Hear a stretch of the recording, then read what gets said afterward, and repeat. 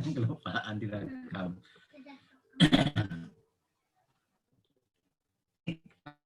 Seperti tadi yang sempat saya obrol Kak Kokingking begitu, kami akan mungkin punya rencana untuk, ya bukan mungkin sih, akan kita pastikan untuk mengadakan sel group secara online begitu. Kenapa? Karena supaya kita lebih leluasa untuk kita berelasi satu dengan yang lain gitu. Kenapa baru sekarang?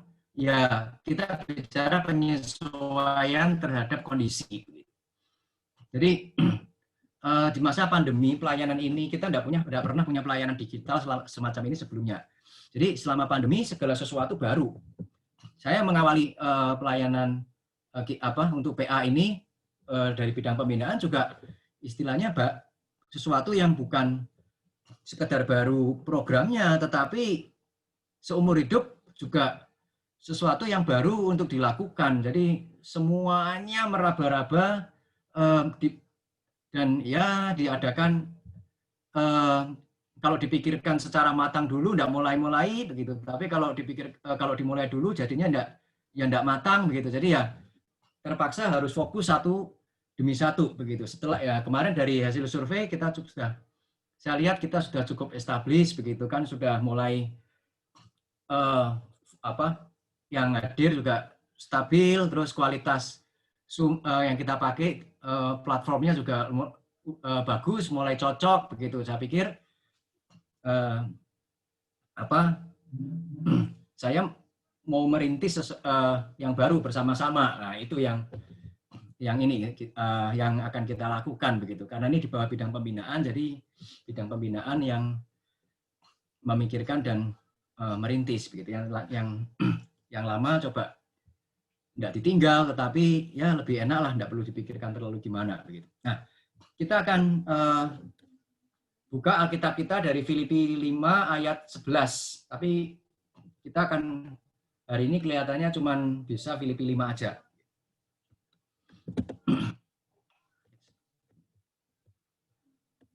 Filipi 5 ayat 11. Filipi 2 ayat 5 sampai 11. Hendaklah kamu dalam hidupmu bersama menaruh perasaan, pikiran dan perasaan yang terdapat juga dalam Kristus Yesus, yang walaupun dalam rupa Allah tidak menganggap kesetaraan dengan Allah itu sebagai milik yang harus dipertahankan, melainkan telah mengosongkan dirinya sendiri dan mengambil rupa seorang hamba dan menjadi sama dengan manusia.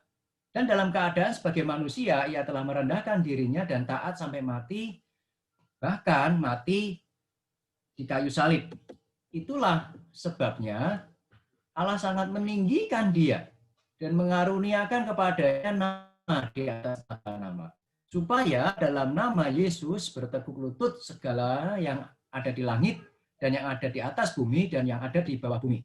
Dan segala lidah mengaku bahwa Yesus Kristus adalah Tuhan bagi kemuliaan Allah Bapa. Nah, seperti yang kita renungkan di minggu yang lalu bahwa Paulus menasehatkan jemaat Filipi itu untuk sehati, sepikir, dalam satu kasih, dalam satu jiwa, dalam satu tujuan. Lalu caranya bagaimana? Bentuknya untuk mencapai ke situ, itu apa yang harus kita lakukan, yang kita pikirkan. Nah, di Filipi 2 ayat 3 dikatakan dengan mencari kepentingan sendiri dan pujian yang sia-sia. Semangatnya bukan aku begitu, tetapi bukan aku. Nah, kenapa enggak engkau begitu kan? Itu yang nanti akan kita lebih dalami lagi. Apakah kalau ketika saya mengatakan aku dulu, itu berarti otomatis saya mencari kepentingan sendiri. Ketika aku dulu, apakah itu aku duluan maksudnya? Apakah itu otomatis saya mencari pujian yang sia-sia? Apakah kita benar-benar tidak boleh aku duluan? Gitu. Ataukah kita harus selalu engkau duluan atau dia duluan? Gitu. Mari kita dalam hal ini coba belajar dari logika dalam pesawat terbang. Kalau kita di dalam pesawat terbang itu kan sebelum kita berangkat pramugarinya kan mempraktekkan itu pasang jaket pelampung dan sebagainya.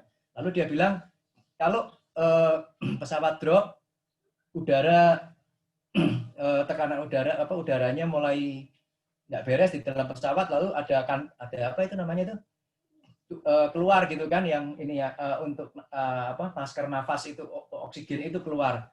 Lalu pramugarinya bilang itu untuk kita dulu, baru untuk anak kita. Loh, egois banget ngajarinya. Anak-anak itu kan lebih penting gitu, lebih kondisinya lebih lemah dibandingkan orang tua. Kenapa kok orang tua dulu baru anak? Itu kan egois. Tapi apakah benar begitu?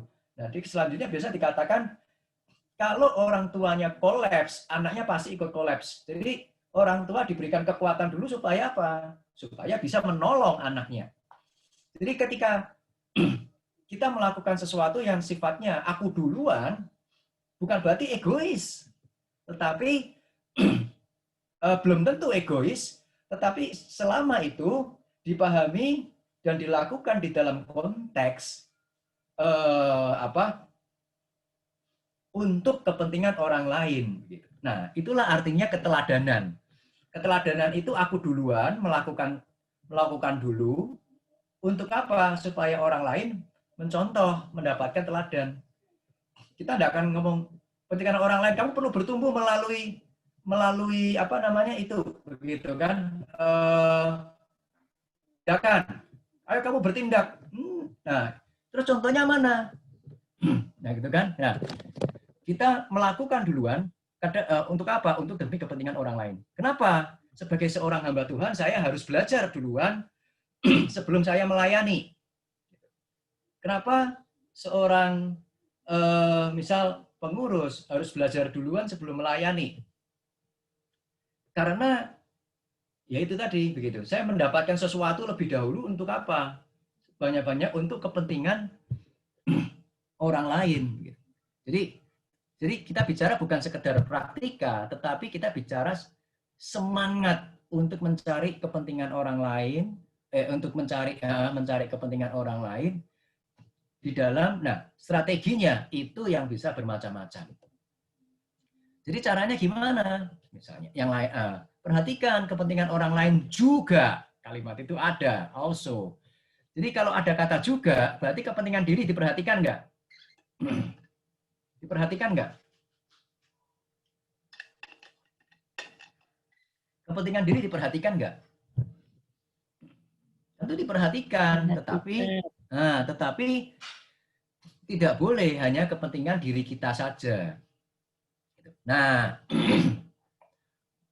Filipi 2 ayat 2 sampai 4 itu hanya sekedar sebuah ilustrasi atau contoh tentang prinsip kesatuan dan relasi di antara saudara seiman. Lalu prinsipnya apa kalau yang itu contohnya gitu. Nah, itu yang kita salah satunya yang kita ini baca tadi di Filipi 2 ayat 5. Hendaklah kamu dalam hidupmu bersama menaruh pikiran dan perasaan yang terdapat di dalam Kristus Yesus. Jadi bagaimana sih supaya kita bisa memperhatikan kepentingan orang lain, dan sejauh mana saya bisa memperhatikan kepentingan orang lain dan kepentingan diri saya saja? Kualitasnya itu semacam apa sih ketika saya harus sehati sepikir, satu tujuan, tidak mencari pujian yang sia-sia. Prinsipnya apa? Prinsipnya, gitu kan? Ya, kamu harus punya pikiran dan perasaan yang dimiliki Kristus. Bandingkan dengan Filipi 1 ayat 15. Coba seorang baca ya, Filipi 1 ayat 15. Kita sudah bahas ini beberapa minggu yang lalu, bulan yang lalu lebih tepat. Filipi 1 ayat 15. Ada orang yang memberitakan Kristus karena dengki dan perselisihan, tetapi ada pula yang memberitakannya dengan maksud baik. Nah, ada yang memberitakan, jadi mereka memberitakan dengan dengki, dengan maksud yang lain, tapi ada juga yang baik. Nah, itu yang Paulus bilang itu tidak dalam.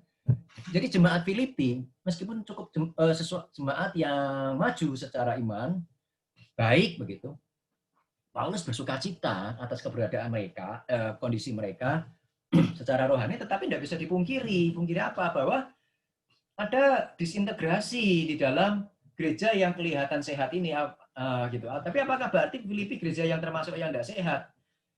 Ya, kalau di overall begitu yang saya amat lihat begitu, kita baca, ya itu adalah sebuah gereja yang baik. Bahkan saya yakin, ya kalau kita mau jujur begitu, kita bisa nilai sendiri apakah gereja Filipi itu dibandingkan gereja kita, mana yang lebih bagus begitu.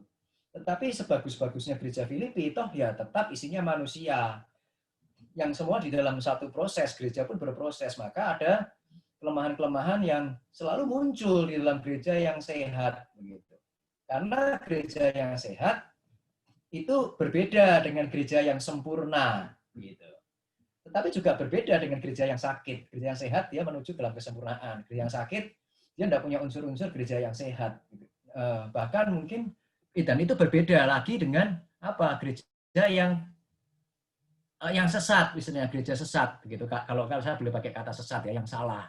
Nah itu harus kita bedakan irisan-irisannya supaya kita tidak salah menilai begitu. Nah lalu apa yang Paulus yaitu yang kemudian Paulus nasihatkan adalah hendaklah kamu dalam hidupmu bersama menaruh pikiran dan perasaan yang terdapat juga dalam Kristus Yesus. Nah, jadi agar kita memiliki relasi yang membangun di dalam seperti di dalam Filipi 2 ayat 1 sampai 4, hendaklah kamu sehati sepikir, ada nasihat, ada satu kasih, ada satu jiwa, memiliki pikiran dan perasaan Kristus. Kita harus memiliki pikiran dan perasaan Kristus di dalam kehidupan kita bersama. Nah, dua frase ini yang akan kita renungkan di dalam PA kita malam ini, begitu. Pikiran dan perasaan Kristus, hidup kita bersama. Jadi, nah dua frase ini yang akan kita renungkan, gitu. Jadi apa yang dimaksudkan di situ yang dinasehatkan? Kita harus mengaplikasikan pikiran dan perasaan Kristus di dalam pikiran dan perasaan kita. Kita harus memiliki perasaan, pikiran, dan perasaan Kristus di dalam hidup kita. Jadi perasaan kita seperti apa? Seperti perasaan Kristus. Pikiran kita seperti apa? Pikiran Kristus. Tetapi apakah kita tidak punya pikiran sendiri? Begitu kan? Kita manusia pasti punya pikiran. Begitu. Kita kan bukan model yang dirasuki sampai kita tidak bisa berpikir terus diganti dengan pikiran yang lain dan kita sampai tidak sadar. Enggak, bukan itu maksudnya. Tapi, nah, apakah berarti ada dua kepribadian di situ? Enggak juga. Kepribadian kita ya kepribadian kita. Jadi bagaimana kita memiliki pikiran dan perasaan Kristus tanpa menghilangkan pikiran dan perasaan kita? Ya, kita harus mengaplikasikan pikiran Kristus di dalam pikiran kita, mengaplikasikan perasaan Kristus di dalam perasaan kita. Jadi ketika kita berpikir, kita mulai memikirkan apakah di dalam situasi ini Kristus akan berpikir demikian. Apakah di dalam situasi ini Kristus akan berperasaan demikian dan akhirnya kenapa tidak ada tindakan di situ? Kenapa tidak ada tindakan di situ? Harusnya kan pikiran, perasaan dan tindakan Kristus begitu. Kenapa tidak ada tindakan di situ? Apakah kita cukup hanya punya pikiran dan perasaan aja? Kenapa tidak ada kata tindakan? Tidak ada kata tindakan di situ nasihatnya. Kita harus memiliki pikiran dan perasaan dan perbuatan Kristus di dalam pikiran, perasaan dan perbuatan kita. Wow, kan lebih bagus toh, lebih lengkap begitu. Kenapa kira-kira kok tidak pakai tidak ada kata perbuatan di situ?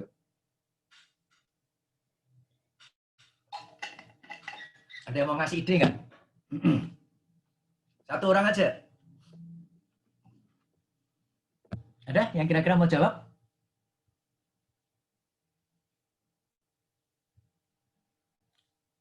Ada? Nah, jawaban sederhananya adalah kita tahu ya beberapa hampir semua penulis Alkitab itu orang Yahudi dan kadang pikiran-pikiran mereka dipengaruhi oleh perjanjian lama, konsep-konsep perjanjian lama begitu. Makanya ada satu literatur itu yang pernah saya baca, itu judulnya bagus itu. Hebrew behind the Greek. Jadi apa maksudnya? Pemikiran Ibrani di dalam wadah keyunanian. Jadi mereka memang menulis pakai bahasa Yunani begitu, tapi yang ditulis adalah ada konsep-konsep Ibrani di dalam pemikiran mereka. Ya tentu Ibrani mana? Ibrani perjanjian lama, gitu. Bukan, saya tidak mengatakan sekuler ya, tetapi perjanjian yang dibentuk oleh perjanjian lama di dalam tulisan-tulisan yang pikiran-pikiran yang ditulis dalam bahasa Yunani. Nah, kenapa tidak perlu ada kata tindakan di situ? Kalau ada sih boleh juga begitu. Tetapi kita semua memahami kalau orang punya pikiran dan perasaan Kristus, dia tidak akan punya pikiran dan perasaan aja. Dia pasti akan melakukannya di dalam kehidupan kita. Jadi apa tandanya? Seseorang punya pikiran dan perasaan Kristus di dalam pikiran dan perasaan dia, kehidupannya yang artinya itu juga tindakannya, pemikirannya, perasaannya, yang nyata di dalam tindakan itu sama di dalam pikiran dan perasaan Kristus. Jadi tahu buktinya di mana? Apa yang mereka perbuat? Idenya apa? Misalnya nasihatnya apa? Sesuai dengan firman Tuhan atau enggak? Kalau sesuai berarti dia punya pikiran dan perasaan Kristus di dalam tindakannya menasihati itu. Maksudnya sih itu.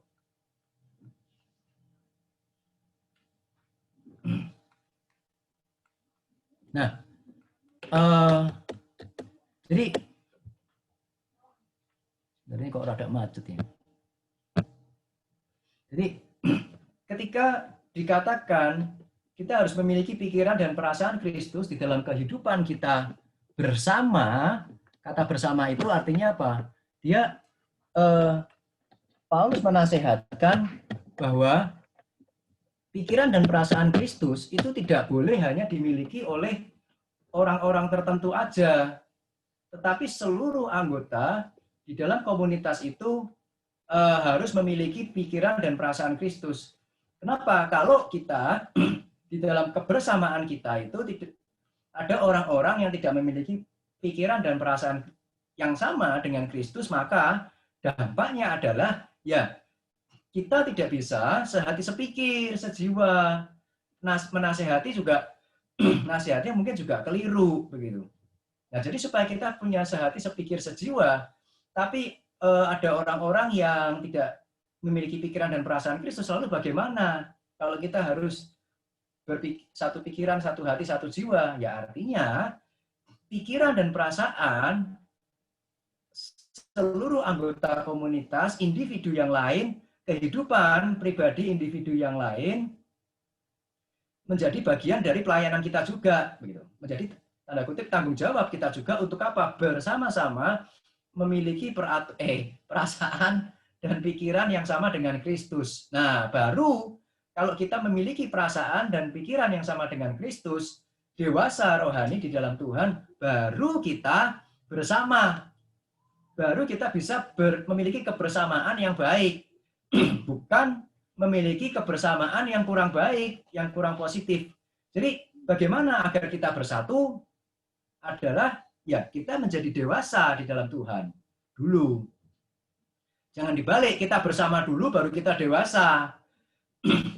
Nggak otomatis ketika bersama, otomatis kita menjadi dewasa, belum tentu loh. Karena proses kedewasaan memang bisa dilalui dengan kebersamaan, memakai kebersamaan, tetapi itu tidak hal yang otomatis. Begitu. Tetapi kalau kita semua dewasa, otomatis nanti kita akan bersatu di dalam Tuhan. Itu akan relatif lebih mudah. Begitu. Nah, semakin kedewasaan kita sempurna, maka kebersamaan kita akan semakin unity, kesatuan kita akan semakin sempurna. Tapi kan kita tidak bisa sempurna di dalam kehidupan kita, begitu. Tapi semakin hari semakin baik. Jadi kegagalan komunitas sebuah gereja di dalam berelasi, salah paham, perselisihan, pikiran yang berbeda-beda, tidak mengerti, bersaing, begitu seperti yang kita renungkan kemarin, adalah kenapa? Karena ada ketidakdewasaan, ada pikiran yang sendiri-sendiri yang berjalan di dalam satu komunitas yang seharusnya satu. Begitu. Tapi ketika kita bicara masalah kebersamaan, apa sih itu kebersamaan? Apa sih bersama itu di dalam satu komunitas gereja. Nah, saya ingin berikan dua macam ilustrasi. Kira-kira yang dibilang bersama itu ilustrasinya seperti apa sih? Bayangkan kebersamaan, saya tidak mengatakan ini benar, ini salah dulu ya. Kita renungkan dulu. Bayangkan sebuah kebersamaan ala rombongan tur pariwisata. Kalau kita ikut grup tur pariwisata ke Bali, itu gambarnya Bali itu, begitu. Saya bikin agak gelap mukanya gitu karena tidak ada yang cantik lihat. Tidak ada yang cantik, tidak ada yang bercanda begitu. Bayangkan ya, di dalam satu grup tur, satu bis begitu. Saya kira kalau tur ke Bali ya, kalau kita mau ke Besakih, saya rasa semua akan ke Besakih semua. Yuk ke Besakih semua satu bis. Lalu kalau habis gitu ke yang banyak monyetnya tuh apa tuh? Yang banyak monyetnya, Sange ya, Sange. Nah, yuk ke Sange semua. Lalu kalau mau ke Bedugul, Bedugul semua. Ke Kute semua. Kebersamaan enggak? Kebersamaan. Tetapi apakah itu model kebersamaan yang ingin kita capai di dalam sebuah gereja, di dalam sebuah komunitas orang percaya, di dalam sebuah komunitas misal rumah tangga, begitu? Kan enggak ada kan di dalam rombongan tur pariwisata, yang satu ke Bedugul, yang satu ke Besakih, yang lainnya lagi ke Kintamani begitu. Ya ada, tetapi itu rombongan tur yang lain begitu. Tapi di dalam rombongan satu tur, di dalam satu bis yang sama, kita enggak akan itu enggak akan ini terpisah-pisah begitu. Apakah punya tujuan bersama? Iya, tujuannya satu sama, ke Besakih, ke Kute dan sebagainya. Tetapi apa tujuannya begitu kan? Yang penting kesenangan, yang penting bersama begitu. Kalau ada satu yang enggak bersama, langsung pusing begitu. Artinya apa? Tidak ada perbedaan-perbedaan, tidak diakomodasi di situ. Semuanya harus sama, ke arah yang sama. Nah, ini yang terjadi biasanya di dalam rombongan tur pariwisata. Kalau gereja dipahami dengan kebersamaan gereja, dipahami dengan cara semacam ini. Ayo ke sana semua, ke sana. Ayo tugasnya semua yang dilakukan semua sana sama begitu kan? Kalau ngajar semua, kalau liturgos semua, main musik semua begitu. Nanti semuanya harus, kalau bersama enggak boleh ada yang ditinggal gitu kan. Enggak cuma jemaat hamba Tuhannya begitu. Hamba ini kurang satu, yang satunya mana? Karena hamba Tuhan kalau 3 atau 4 atau 5 semua harus di sana begitu kan. Itu pariwisata begitu. Ya itulah. Tetapi saya ingin mengajak kita semua untuk melihat sebuah ilustrasi kebersamaan di dalam konsep yang berbeda. Yaitu konsep apa? Kebersamaan dan kesatuan di dalam sebuah komunitas begitu. Ya, saya ingin kita memikirkan sebuah ilustrasi kebersamaan di dalam permainan catur. Ada benteng, ada kuda, ada menteri, raja, ster, ada pion begitu kan. Bermacam-macam. Yang pion selalu ditaruh di depan, nggak ada pion ditaruh di belakang, apalagi raja ditaruh di depan. Ya langsung disekak begitu kan. Setiap model, maksudnya individu, model individu, macam individu punya cara gerak sendiri-sendiri.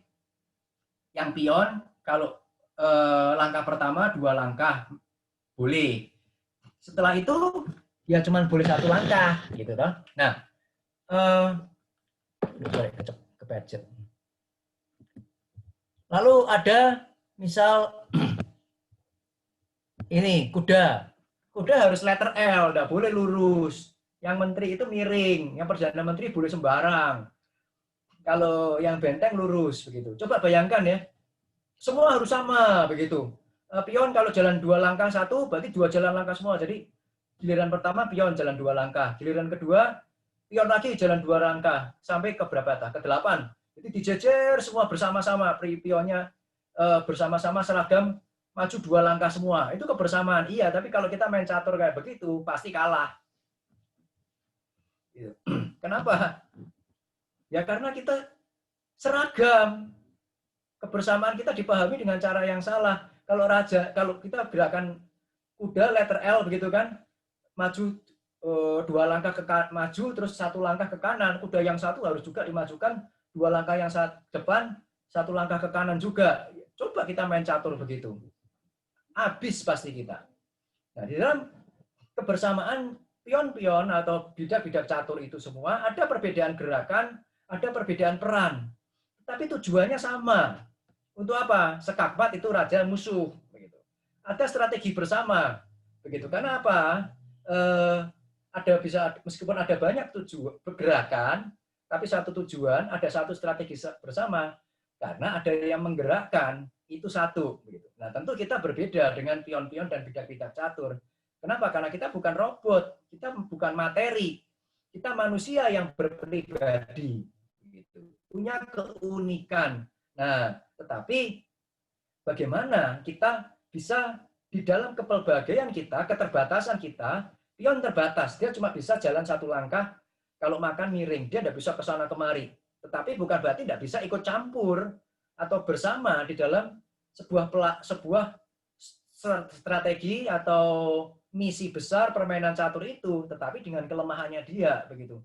Kan bisa kan kita makan menteri pakai pion gitu kan. Kalau dia berdiri miring dari pionnya itu bisa.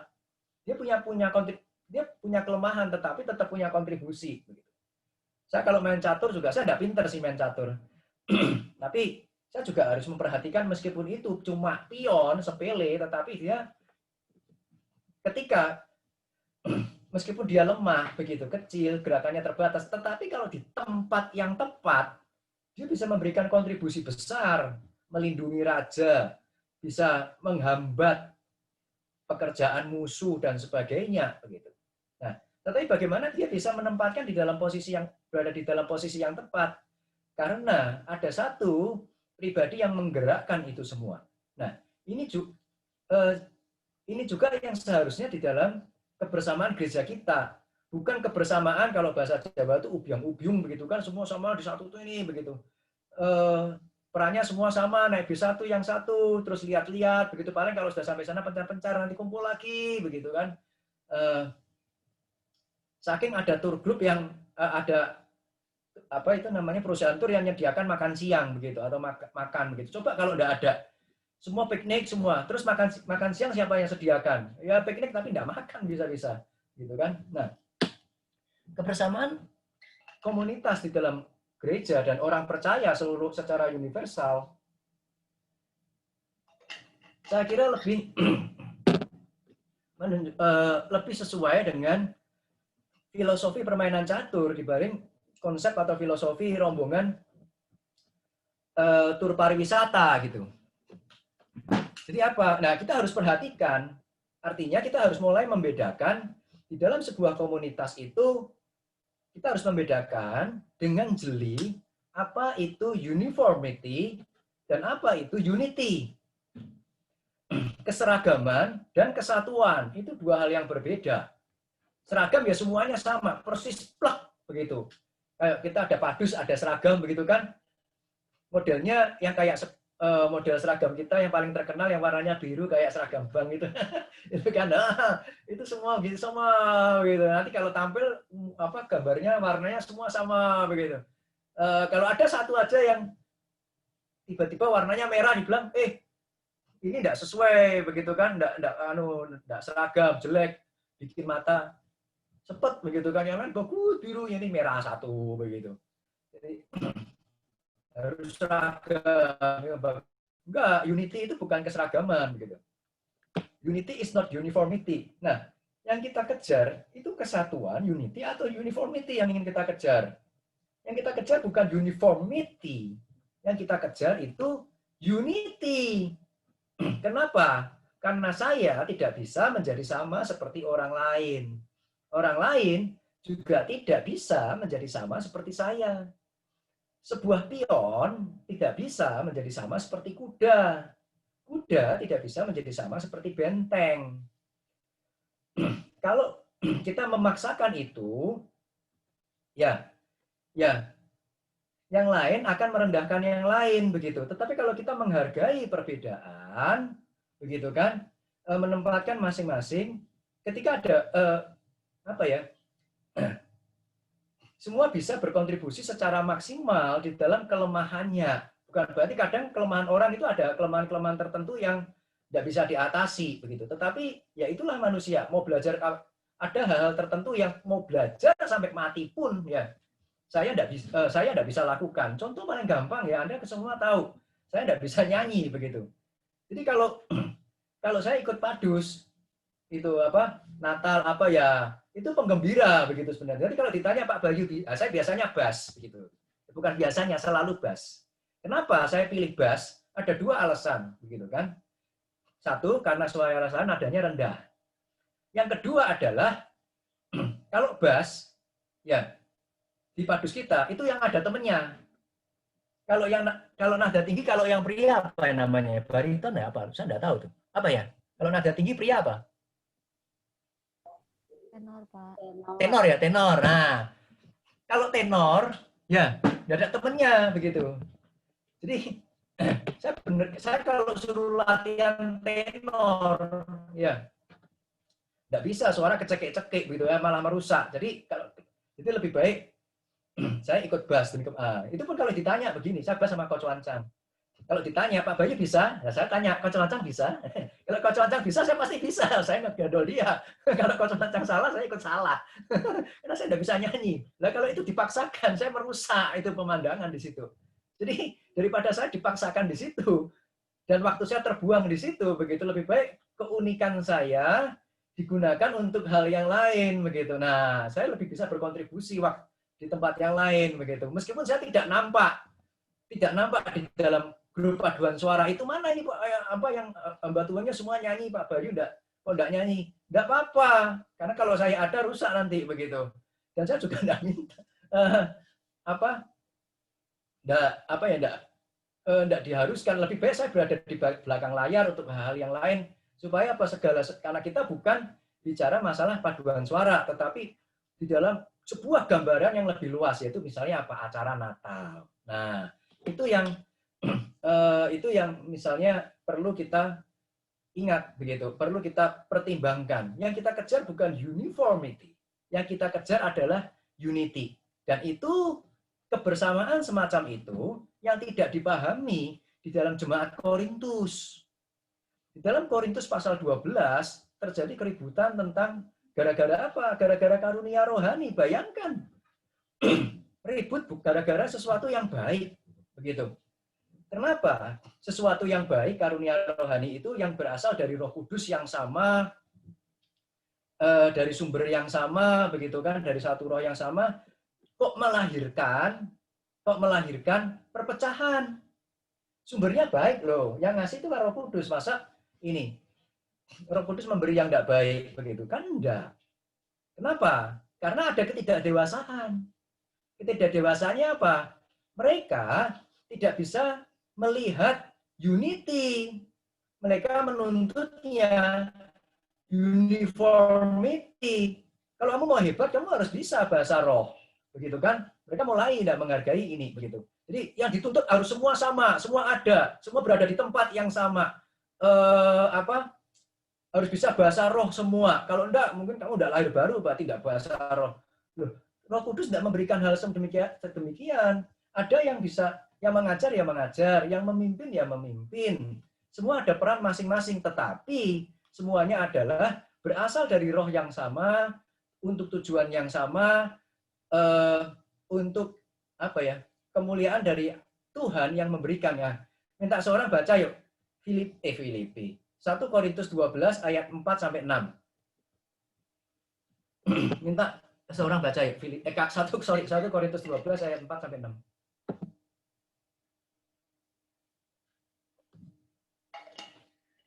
Minta seorang baca dulu.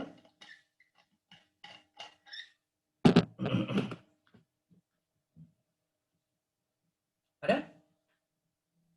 Halo? 1 Korintus 12 ayat 4.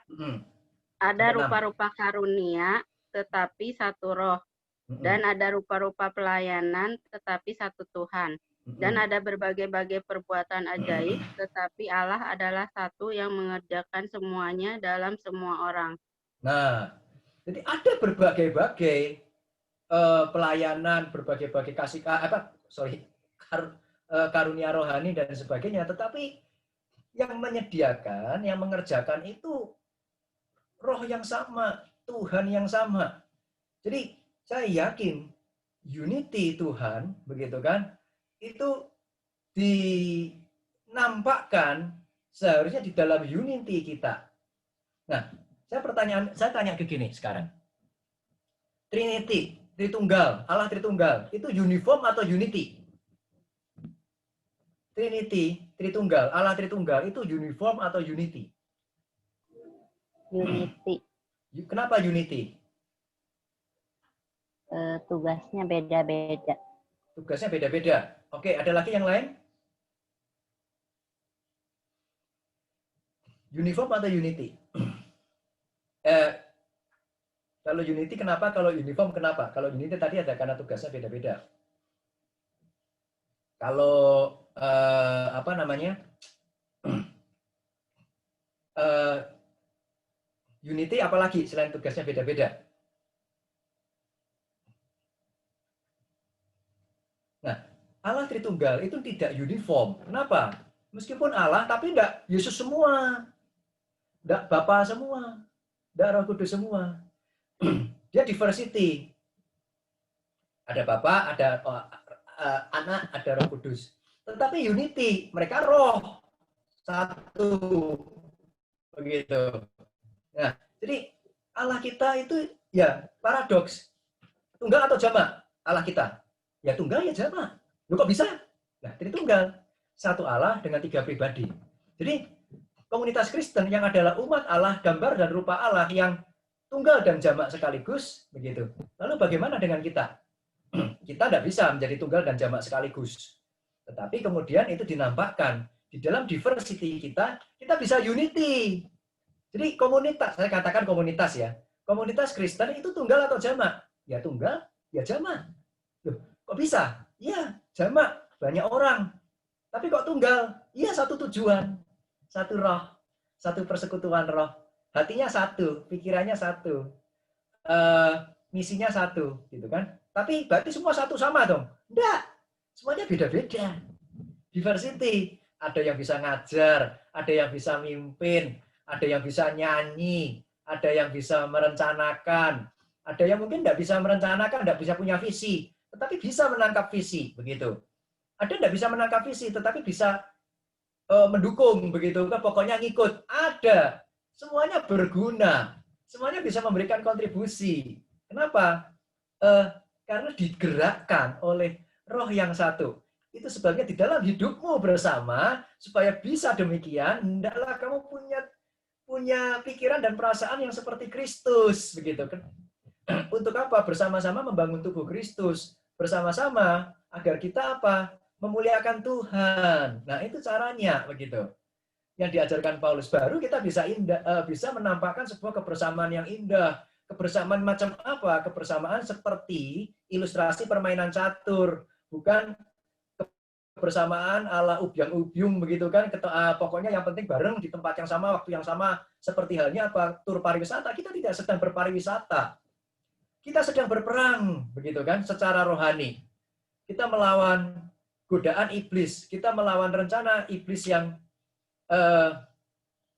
ingin tanda kutip memenangkan banyak orang mengikut dia. Kita berperang melawan kedagingan kita sendiri. Demi apa? Demi kemuliaan Allah. Demi satu visi, yaitu Tuhan yang ditanamkan di dalam kehidupan kita. Nah, pikiran yang sama, kalau kita dulu kemarin di Filipi 2 ayat 2 dikatakan sehati sepikir, begitu kan, pakai kata phroneo. Nah, di Filipi 2 ayat 5 ketika dikatakan hendaklah kamu punya pikiran dan perasaan yang sama seperti pikiran dan perasaan Kristus. Kata pikiran dan perasaan Kristus, pikiran dan perasaan itu memakai kata yang sama. Jadi hendaklah kamu phroneo satu dengan yang lain. Dan hendaklah kamu phroneo dengan apa? Dengan Kristus di ayat 5. Nah, apa itu phroneo? Nah, ini saya ulang lagi secara singkat karena kita sudah terangkan di minggu yang lalu. Phroneo itu to have understanding. Punya hikmat, menjadi berhikmat. Nah, jadi orang yang berpikiran dan berperasaan seperti Kristus, dia menjadi orang yang berhikmat. Dia adalah orang yang punya hikmat. Gitu kan? Dia mampu menilai dengan benar. Dia mampu menilai dengan persis seperti apa yang Kristus nilaikan di dalam hal itu. Kenapa jemaat Korintus berselisih satu dengan yang lain begitu? Karena dia tidak memiliki hikmat untuk menilai keberagaman. Karena dia tidak memiliki pikiran Kristus, pikiran Allah yang unity and diversity, atau sebaliknya juga diversity and unity, melihat sebuah realita. Makanya apa? Semua harus disamakan. Porsinya semua harus sama. Tindakannya semua harus sama. Mereka mengejar keseragaman dan itu tidak bijaksana. Kenapa? Karena Allah memberikan sengaja memberikan keperbedaan di dalam diri orang percaya. Kenapa? Kesatuan harus melewati dengan melalui keperbedaan-keperbedaan. Karena Allah juga berbeda-beda, tetapi juga bisa satu. Nah, maka kalau kita mau berbeda-beda tetapi juga satu, ya kita harus punya hatinya Allah. Kita harus ada roh Allah diam di dalam kehidupan kita. Baru kita bisa menilai, melihat bagaimana karya Allah di dalam perbedaan. Kita bisa menilai perbedaan-perbedaan dengan benar. Kalau kita tidak bisa menilai perbedaan-perbedaan yang benar, yang terjadi adalah kita menganggap perbedaan itu sebagai disharmonisasi, sesuatu yang tidak harmonis satu dengan yang lain. Maka jemaat Korintus melihat orang yang punya ini karunia rohani A dengan karunia rohani B, ini kerjanya lain-lain, ini tidak harmonis ini, begitu kan? Nah, itu yang padahal seharusnya ini sesuatu yang indah. Tinggal bagaimana mengaturnya, memanajemennya supaya tampak harmonis gitu. Tapi sebenarnya keberbedaan itu tidak menentang keharmonisan kok. Begitu. Tetapi menjadi alat atau batu pijakan untuk menjadi harmonis. Jadi pikiran kita harus harmonis dengan pikiran Kristus. The same mind begitu. Nah, jadi kalau kemarin yang Filipi 2 ayat 2, saya mengatakan pikiran saya dan pikiran Anda harus sama. Pikiran Anda dan saya harus sama. Apakah harus saya mengikuti pikiran Anda? Belum tentu, tapi bisa juga, tidak salah. Anda yang harus mengikuti pikiran saya, apakah itu salah? Belum tentu. Begitu kan? Tetapi yang pasti adalah hasilnya adalah pikiran saya dan pikiran Anda sama dengan pikiran dan perasaan Kristus. Kalau pikiran saya lebih sesuai dengan pikiran Kristus, maka Anda harus ikut saya. Kalau pikiran Anda lebih sesuai dengan pikiran dan perasaan Kristus, maka saya harus ikut pikiran Anda. Kalau pikiran Anda dan pikiran saya sudah sama dengan pikiran Kristus, ikut yang mana? Ya, tidak perlu ikut, sudah sama. Kalau dua-duanya tidak sama, gimana? Mari kita duduk bersama, belajar Alkitab bersama, lihat pikiran Kristus apa. Pelajari firman Tuhan. Gitu kan? Pikiran Kristus seperti apa sih? Kita bersama-sama duduk, belajar, mencari bersama-sama pikiran dan perasaan Kristus. Lalu coba kita terapkan di dalam pikiran dan perasaan kita. Jadi, di dalam komunitas orang percaya, kebersamaan, kesatuan tidak diperoleh dari kesepakatan antar manusia, tetapi mencari keharmonisan dengan Tuhan. Itu ya cara kita bersama, bukan konsensus. Kamu maunya apa? Kamu maunya apa? Ya, yaudah sama-sama yuk, begitu kan? Ya itu yang saya terangkan kemarin. Menara Babel, maunya sama, semua maunya sama, indah kelihatannya, dalam persekutuan yang saling bekerja sama membangun Menara Babel, tapi Allah tidak suka begitu. Kenapa? Karena meskipun mereka bersama, mereka tidak mencerminkan perasaan dan pikiran Allah. Allah ingin mereka berserak, Allah ingin mereka menyebar. Lah kok mereka malah bersatu? Itu kan tidak memahami perasaan Allah. Kebersamaan mereka digunakan untuk apa? Sesuatu yang salah, tidak mengakomodasi, mencerminkan pikiran dan perasaan Allah yang menginginkan mereka menyebar ke seluruh bumi. Malah bergabung. Apa yang Allah lakukan? bahasanya dibuat lain. Supaya apa? Berpecah belah, dan mereka dalam perpecahannya itu, mereka kemudian mengakomodasi pikiran dan perasaan Allah. Jadi berbagai bahasa waktu itu sebuah hukuman atau sebuah strategi Allah untuk menjalankan rencananya, ya dua-dua begitu. Karena kejengkelan Allah dibuat bahasanya dikacau. Tetapi dengan kekacauan bahasa itu, justru kekacauan itu melahirkan kedua keteraturan dan kesesuaian dan keharmonisan dengan rencana Tuhan. Itulah hikmat yang mengatasi kekacauan. Ada kekacauan, tetap ada. Tetapi kekacauan itu kadang bukan sekedar dihilangkan, tetapi digunakan untuk kebaikan. Ya, itulah Tuhan. Hidup kita mungkin mengalami kekacauan dalam hal ini. Tetapi kadang kekacauan kita tetap kita alami dan bahkan mungkin ada di dalam kehidupan kita. Tapi digunakan untuk apa? Sebuah tujuan yang indah. Kita kacau, kita punya masalah. Tetapi dengan kekacauan itu, kita menjadi teladan untuk orang lain yang menghadapi kekacauan yang sama. Begitu. Dan kemudian ketika kita berkemenangan, orang lain akan melihat, dengan kekacauan seperti itu dia bisa menang melawan pencobaan. Berarti saya kalau mau lepas dari kekacauan, saya bisa melihat sebuah contoh yang nyata. Kekacauan digunakan untuk sebuah kebaikan, diubahkan menjadi sebuah kebaikan. Itulah Tuhan. Dan kata Fronio di situ memakai present aktif imperatif kedua, karena engkau harus memiliki perasaan dan pikiran, begitu kan? Dan plural. Jadi sifatnya jamak, maksudnya apa? Nah, yang kata bersama tidak ada di dalam bahasa asli. Tetapi hendaklah engkau-nya itu bukan satu orang, tetapi jamak engkau semua, begitu. Nah, yang mau saya soroti adalah ketika itu present aktif. Artinya itu secara konstan. Kenneth West memberikan translation terjemahan ini. This mind be constantly having in you, which was also in Christ Jesus. Jadi pikiran yang sama seperti Kristus ini harus secara konstan, terus-menerus ada di dalam kamu, pikiran kita. Tidak boleh cuma satu kali, tapi setiap kali kita berpikir, setiap kali kita diperhadapkan dengan situasi yang mengharuskan kita merasakan sesuatu, emosi, marah, jengkel, sedih, sukacita, hendaklah perasaan, emosi kita itu, perasaan yang marah, hendaklah kemarahan kita sama seperti kemarahan Kristus yang melihat apa? Ketidakadilan. Yang memarahi Petrus dan mengatakan, penyalah engkau iblis, karena engkau tidak memikirkan apa yang dipikirkan Allah.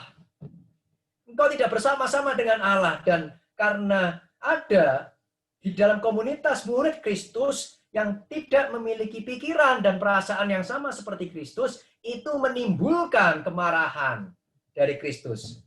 Apakah ketika kita melihat ada orang yang dalam komunitas kita yang tidak memiliki pikiran dan perasaan Kristus, itu melahirkan keprihatinan bagi kita. Dan kita itu melahirkan keprihatinan bagi kita, bagaimana kita membentuknya? Kita harus membentuknya untuk mengharmoniskan. Dengan cara apa? Filosofi grup pariwisata, ya salah. Kita mengharmoniskannya dengan konsep filosofi permainan catur misalnya. Mengakomodasi perbedaan, tetapi menyatukan perbedaan. Dengan apa? Right man in the right place. Right man in the right time misalnya, dan sebagainya. Nah, maka artinya kalau kita harus memiliki perasaan dan pikiran sama seperti Kristus, dan itu ada di mana? Di dalam firman Tuhan, maka kebenaran firman Tuhan, hikmat Tuhan menjadi standar dan penentu dari pemikiran dan perasaan dan tindakan kita. Bukan gereja lain, bukan tokoh kekristenan, tetapi firman Tuhan yang paling utama. Gitu. Nah, Amsal pasal 2, dia berbicara tentang faedah daripada menuntut hikmat. Nah, minta seorang baca dari Amsal 2 ayat 9.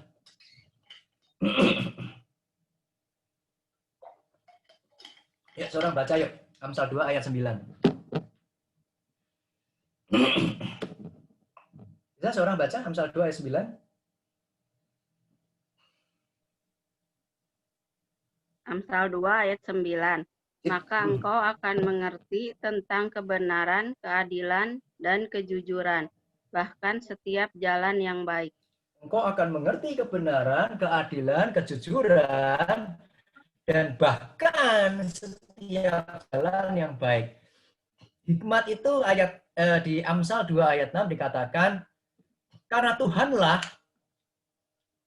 yang memberikan hikmat, dan mulutnya datang pengetahuan dan kepandaian. Jadi hikmat itu berasal dari Tuhan.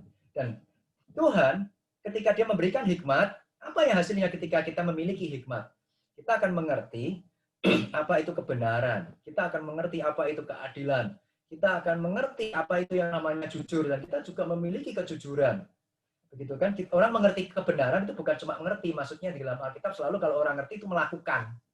Begitu. Bukan sekedar benar, tetapi melakukan. Yang benar itu berarti yang melakukan. Gitu. Ketika dia mengerti keadilan, berarti dia hidupnya adil.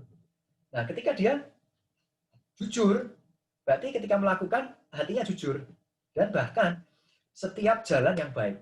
Jadi, seorang yang punya hikmat, seorang yang memiliki pikiran Kristus, itu akan dinyatakan di dalam satu kondisi, satu semangat, satu pemikiran, satu sebuah kehidupan yang kita memiliki satu standar yang benar. Kita memiliki kebenaran, standarnya sama dengan apa yang Kristus nyatakan, apa yang Tuhan nyatakan sebagai sebuah kebenaran. Righteousness begitu kan, keadilan begitu. Seorang hamba Tuhan menafsirkannya dengan penafsiran semacam ini, saya cukup setuju, maka saya ambil begitu.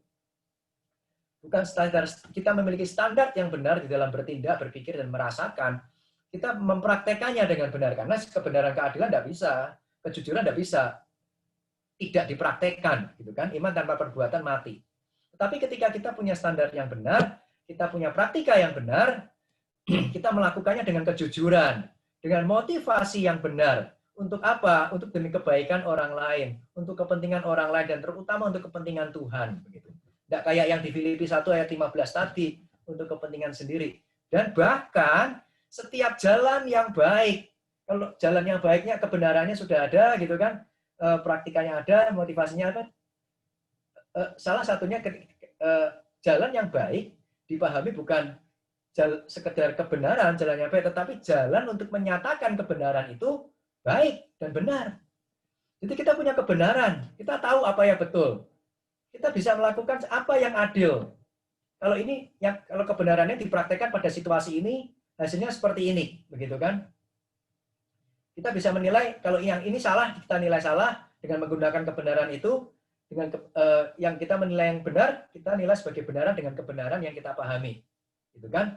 Motivasinya demi kemuliaan Tuhan, demi jujur, tidak ada maksud-maksud yang lain. Tetapi kemudian dipraktekkan dengan cara yang apa? Begitu. Saya melayani, saya yakin pelayanan yang saya lakukan ini adalah benar. Dasarnya apa? Firman Tuhan.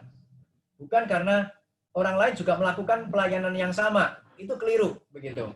Cara berpikir itu secara berpikir yang keliru. Standarnya adalah kebenaran firman Tuhan. Jadi, boleh enggak kalau gitu kita meneladani orang lain? Boleh. Tetapi kita harus tahu bagaimana orang itu meneladani firman Tuhan. Itu yang paling kita tahu dulu, begitu. Bukan asal kita mengikuti. Nah, lalu motivasinya apa? Bukan sekedar ikut-ikutan, tetapi karena ini berguna di dalam pelayanan saya. Lalu bagaimana saya mempraktekannya?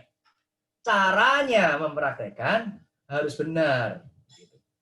Tidak bisa. Hikmat itu bukan orang yang penting saya punya motivasi yang baik, maka saya bisa menghalalkan segala cara. Itu etika situasi. Hati-hati. Orang yang memiliki hikmat, dia memiliki motivasi yang baik, dia memiliki pengetahuan yang benar, dan dia tahu cara menerapkannya di dalam kehidupannya agar caranya itu sesuai dengan kebenaran yang dia yakini. Kebenaran yang memang benar-benar betul, gitu kan? Atau yang betul-betul benar ya, sama aja begitu. Ya, jadi nggak cukup di dalam kebersamaan kita, pelayanan kita bermodalkan motivasi yang baik. Kalau kita hanya bermodalkan motivasi yang baik, maka semua dengan motivasi yang baik, maka semua cara halal, maka nggak perlu firman Tuhan. Ya, yang penting kan isi hati saya baik, saya maunya baik, maka segala sesuatu yang saya lakukan berarti baik, belum tentu begitu. Nah, itu yang kita mesti harus hati-hati. Itulah hikmat. Kenapa? Karena Kristus ketika dia memiliki motivasi yang baik, dia memiliki kebenaran, dia mengerti kehendak Allah, dia melakukannya dengan cara yang benar juga, yang sesuai dengan apa yang Tuhan kehendaki. Kadang saya ingat itu satu kisah, kalau nggak salah namanya Usai, kalau nggak salah, yang maksud hati supaya tabut perjanjian itu nggak jatuh gitu loh, gara-gara sapinya yang ngangkut itu pedatinya terpeleset dan itu tabut perjanjian mau jatuh kena tanah begitu. Nah, lalu tapi peraturan dari Tuhan adalah yang boleh pegang cuma imam, dari keturunan Lewi atau imam. Dari keturunan Lewi.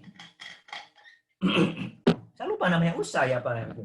Dia bukan keturunan Lewi, tapi dengan refleks gitu kan, dengan refleks dia tahan itu tabut perjanjian supaya tidak jatuh. Maksudnya baik kan, supaya tidak jatuh kan, nanti kalau kotor gimana, ini kan tabut perjanjian barang suci dan sebagainya. Tuhan hajar dia sampai mati.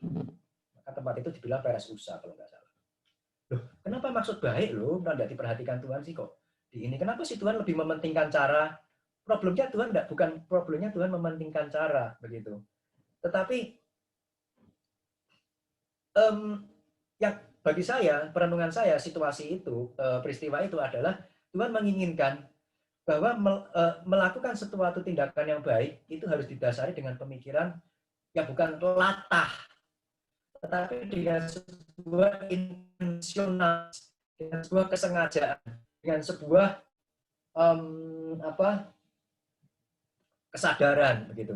Nah, lalu apa yang bagi saya kemudian apa yang harusnya dilakukan oleh usaha supaya untuk mengatasi masalah tabut perjanjian itu? Bagi saya barangkali ada ide yang lebih baik, biarkan jatuh. Tuhan juga maksudnya begini, bagi Tuhan tabut perjanjian itu kotor enggak apa-apa kok. Bahkan ada hal yang lebih buruk dari sekedar kotor.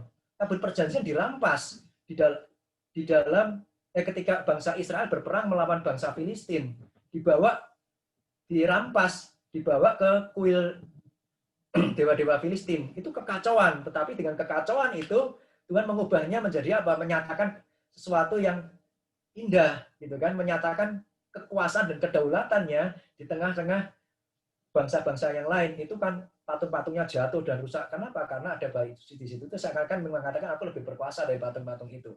Aku dibawa ke sini bukan karena aku kalah, tapi karena aku ingin menghukum orang Israel, karena aku punya rencana di situ. Nah, itu bagi saya biarkan aja jatuh. Setelah jatuh, ya keturunan Lewi yang bertanggung jawab, yang berhak untuk mengangkat, ya angkat dan membersihkan, melarut kembali di dalam pedati itu, begitu. Jadi seorang yang punya hikmat, standarnya benar, praktikannya benar, motivasinya benar, dan cara melakukannya pun benar. Nah, lalu pikiran yang sama dengan pikiran Kristus itu, pikiran dan perasaan yang semacam apa? Ya, yang Filipi 2 ayat 6-8. Kita tidak akan bahas ini secara mendalam hari ini, tapi minggu depan. Jadi, pikiran apa yang ada di dalam Kristus? Nah, kepentingan siapa yang paling dipikirkan oleh Kristus? Ada yang mau jawab nggak? Kasih ide, opini. Ketika Kristus memikirkan kepentingan orang lain, bukan kepentingan diri dia sendiri, kepentingan siapa yang paling dipikirkan oleh dia? Kira-kira siapa yang paling dipikirkan oleh kepentingannya siapa yang kepentingannya paling dipikirkan oleh Kristus? Ketika dia tidak mementingkan diri sendiri, kepentingan siapa yang paling dia pikirkan? Ketika dia tidak memikirkan kepentingannya dia sendiri. Kira-kira siapa? Ada yang mau kasih ide nggak? Anaknya, Pak. Hah? Bapak. Anak. Kristus punya anak? Bukan. Anaknya siapa? Atau satu lagi siapa yang tadi? Ini soalnya di tempat saya kan nggak jelas yang tadi siapa? Ya, kepentingan Bapak. Betul, kepentingan Bapak di surga. Ya, betul. Yang paling dipikirkan Kristus bukan, maaf ya kalau saya mengatakan antara manusia berdosa dengan Bapa, kepentingan siapa yang paling dipikirkan? Sebenarnya kepentingan Bapaknya. Tadi siapa yang jawab ya? Kalau nggak salah suaranya Pak Dedi itu. Benar ya? Saya mulai hafal. Ya. Saya mulai hafal sama suara-suara. Tahu aja. Tiap orang punya ciri khas gitu ya. Emang logatnya beda. Gitu. Katanya katanya gembala yang baik kan harus kenal suara dombanya. Saya coba kenal suara dombanya. Itu bercanda begitu. Betul. Kepentingan Bercanda. bapaknya begitu. Nah, kepentingan bapak itu bapak punya kepentingan apa? Ya, Kepentingan untuk menyelamatkan orang berdosa. dipersoalkan Bapak. Maka dia menyelamatkan orang berdosa. Maka setelah itu menyelamatkan orang berdosa, lalu apa? Loh, dia menyelamatkan dengan untuk kepentingan Bapa, ya dikembalikan kepada Bapa. Maka Rasul Paulus mengatakan supaya meskipun semua lidah mengaku Yesus itu Tuhan, semua orang itu bertekuk lutut di bawah Yesus, kaki Yesus, tapi yang dimuliakan siapa? Yesus. Bapa. Bukan berarti Yesus tidak mulia dan tidak dimuliakan ya. Itu nanti kita bahas minggu depan.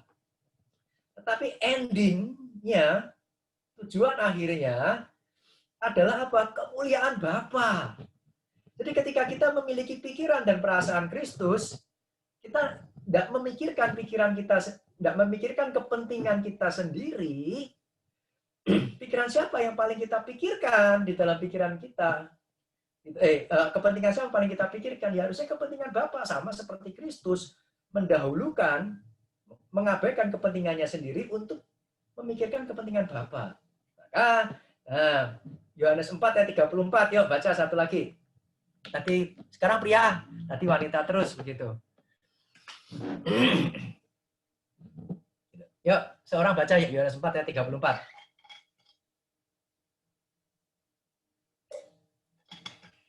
Itu dengan perempuan Samaria.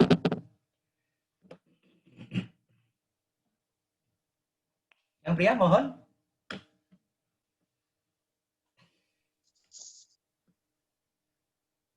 Yohanes 4 ayat 34. Siap. Kata Yesus kepada mereka, makananku ialah melakukan kehendak Dia yang mengutus aku dan menyelesaikan pekerjaannya.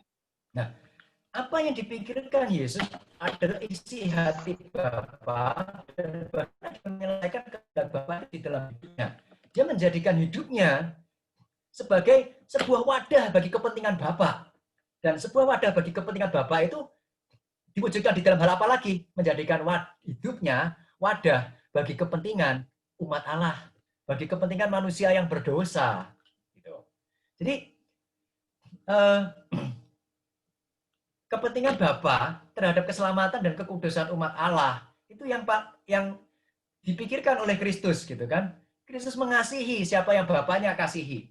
Maka Kristus melayani dan membawa orang untuk apa? Kepada Bapa. Jadi tidak ada pelayanan Tuhan Yesus itu membawa pada dirinya sendiri atau pada sesuatu yang lain. Pelayanan Kristus di dalam dunia, pelayanannya kepada Bapaknya, dia membawa orang kepada Bapa. Gitu. Dan itu kemudian caranya, kalau sebagai manusia, bagaimana membawa orang kepada Allah Bapa, satu-satunya jalan kan Kristus. Maka kalau kita ingin membawa orang kepada Bapa, ya bawalah dia kepada satu-satunya jalan itu, kepada Kristus. Maka kita membawa orang kepada Kristus. Kalau menginjili nggak pakai sesuatu yang moralitas dan sebagainya, kita bawa pengenalan akan Kristus. Ya. Jadi, kalau kita memikirkan kepentingan orang lain, mari kita memikirkannya juga di dalam kepentingan Bapa. Jadi, kalau kita memikirkan kepentingan orang lain adalah di dalam rangka memikirkan kepentingan Bapa. Gitu kan? Nggak boleh sekedar memikirkan kepentingan orang lain saja. Terus kita meninggalkan kepentingan Bapa. Nah, itu yang menara Babel. Mari kita membuat sebuah kota.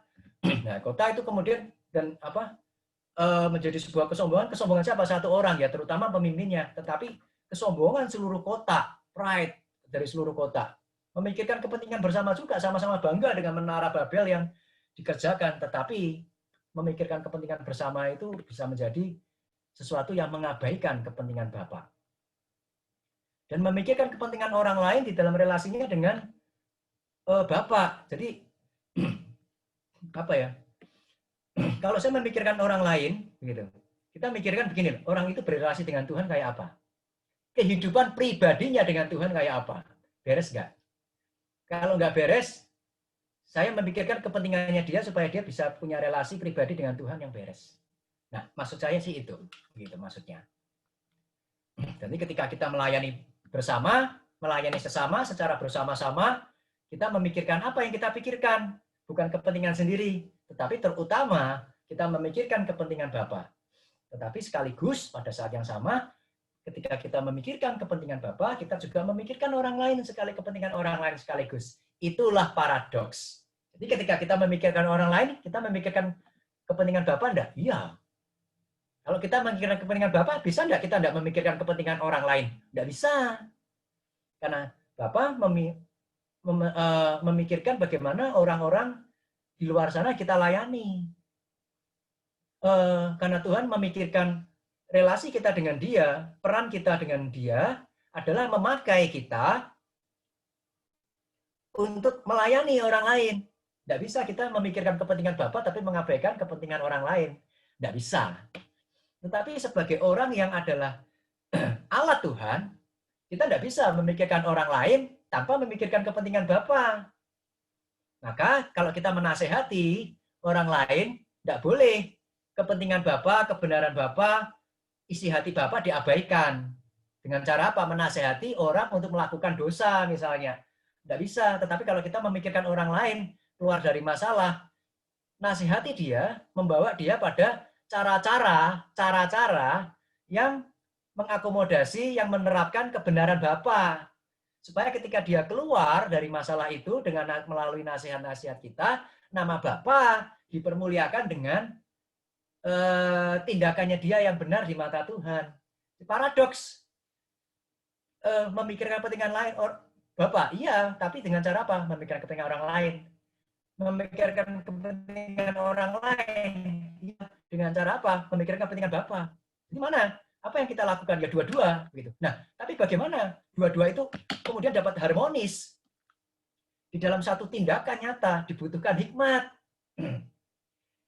Dibutuhkan kebenaran, motivasi, begitu kan, keadilan dan setiap cara yang baik, begitu. Nah, kalau bagaimana kita memiliki hikmat? Hikmat kan datang dari Tuhan. Ya kita minta kepada Tuhan, gitu. Kalau bentuknya dalam apa? Di dalam kepemilikan kita akan pikiran dan perasaan Kristus yang berkuasa dan diterapkan di dalam pikiran dan perasaan kita. Ya latih itu di dalam pikiran dan perasaan kita dan tentu saja sekali lagi selalu mengakomodasi perbuatan. Nah, itu yang harus kita lakukan di dalam hidup kita hari lepas hari dan di dalam seluruh pelayanan kita. Agar apa? Kalau kita memiliki pikiran dan perasaan yang semakin serupa dengan Kristus, kita semakin berhikmat, kita semakin dewasa. Semakin kita harmonis dengan Kristus, maka kita akan bisa semakin harmonis dengan sesama saudara seiman. Jadi kalau kita tidak harmonis dan dewasa di dalam Kristus, maka kita tidak bisa harmonis dengan saudara seiman kita. Kita salah paham, kita salah mengerti, kita tidak bisa melihat karya Kristus di dalam dirinya mereka. Kenapa? Karena pikiran kita tidak sama dengan pikiran Kristus yang mengerjakan sesuatu di dalam kehidupan dan keberadaan mereka. Jadi untuk bisa harmonis dengan sesama saudara seiman, kita harus harmonis dulu dengan Kristus. Kebersatuan kita dengan Kristus membuat kita bisa bersatu dengan yang lain.